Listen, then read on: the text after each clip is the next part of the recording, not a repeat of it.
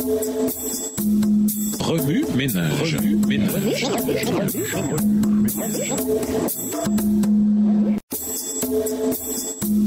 Remue ménage.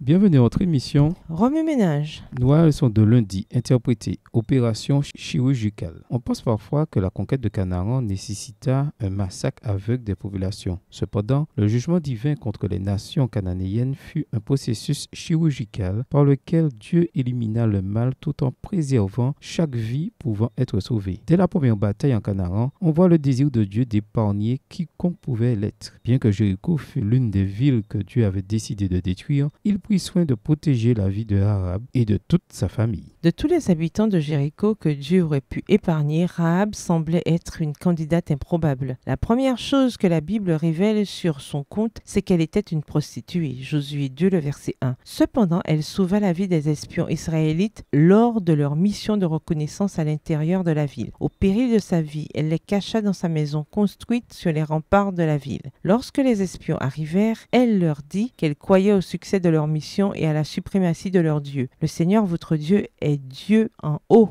dans le ciel et ici-bas sur la terre. Josué 2, le verset 11. Elle les supplia alors d'épargner sa vie et celle de toute sa famille lors de la chute de Jéricho. En raison de sa foi, les espions promirent de protéger leur vie si elle les aidait à s'enfuir. En fixant un cordon rouge par sa fenêtre, elle fournit aux espions un moyen de se glisser en toute sécurité le long de la muraille de la ville et de s'abriter dans les collines avoisinantes. Cependant, ils partirent en lui disant de laisser le cordon rouge suspendu à sa fenêtre afin que les habitants de sa maison soient sauvés de la destruction. Ce cordon rouge était le signe de son alliance secrète avec les Israélites et leur Dieu. L'histoire de Rahab nous rappelle avec force que Dieu accepte des gens de toutes les nations. Acte 10, versets 34 et 35. Bien que Dieu ait ordonné la conquête de Canaan en tant qu'acte de jugement contre les nations méchantes, il avait toujours offert une occasion de délivrance à toute personne désireuse de la saisir. Les paroles et les actes de cette Cananéenne étaient un témoignage puissant de la foi qu'elle chérissait dans son cœur. Malgré son passé d'immoralité sexuelle, cette femme trouva un nouveau foyer parmi le peuple de l'Alliance de Dieu. En outre, elle devint une ancêtre de Jésus, ce qui a fait d'elle un élément important de l'histoire de l'Évangile. Matthieu 1, verset 5. Rahab est le genre de personne que Jésus est venu sauver dans ce monde et le genre de personne que Dieu utilise pour être bénédiction aux autres. Remue ménage, après avoir regardé votre texte écrit et annoté, quels éclairages particuliers vos notes semblent-elles indiquer dans l'ensemble? Quelles questions émergent après l'étude de ce passage? Quelle partie trouvez-vous difficile? Quels autres principes et conclusions découvrez-vous? Quand vous êtes-vous senti en marge de la société? En quoi l'histoire de Rahab vous donne-t-elle de l'espoir? Au revoir. Et à demain si Dieu veut.